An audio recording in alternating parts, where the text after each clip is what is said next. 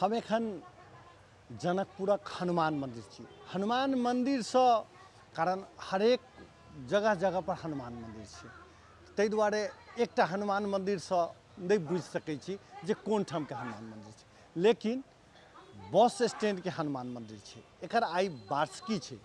वार्षिकी पर भजन कीर्तन के कार्यक्रम सब चल रहा छै, लेकिन एहि बीच मंदिर के प्रांगण जे छै से हरा भरा छै, ओहो लोग के आकर्षित करैत अछि। हम देख सकै छियै जे एहिठाम के आम के गाछ छै, कटहर के गाछ छै, फूल सबके तो बाते छोड़ल जाए, लतामो के गाछ छै,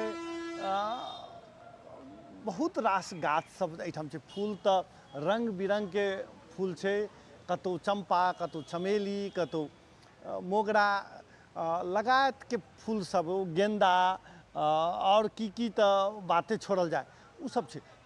बाहर से आबऽ वाला खास कर बस स्टैंड प्राय अयबे करै छै, वो इंडिया से हो चाहे नेपालोक विभिन्न स्थान से, तो किछु देर विलम्ब के लेल, किछु देर रुकऽ के लेल व्यवस्थापन कयल गेल छै। एहिठाम कुर्सी सब सेहो राखल गेल छै जे कनिक देर बैसू आ प्रकृति के आनंद लिअ।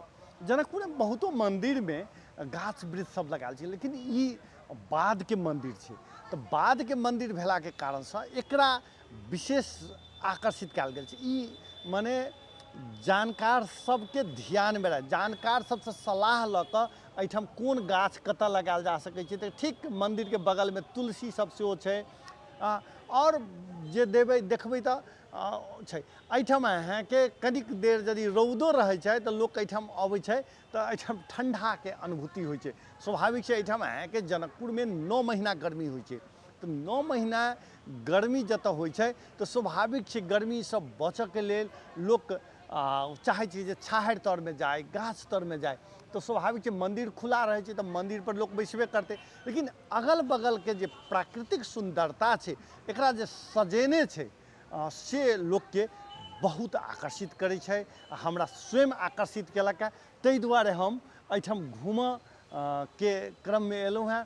एक दिस एकर झरना तो दोसर दिस गाछ वृक्ष आ पूरे हरियाली वातावरण एहिठाम अहाँके लोक के आकर्षित करै छै, हमरा स्वयं आकर्षित केलक है।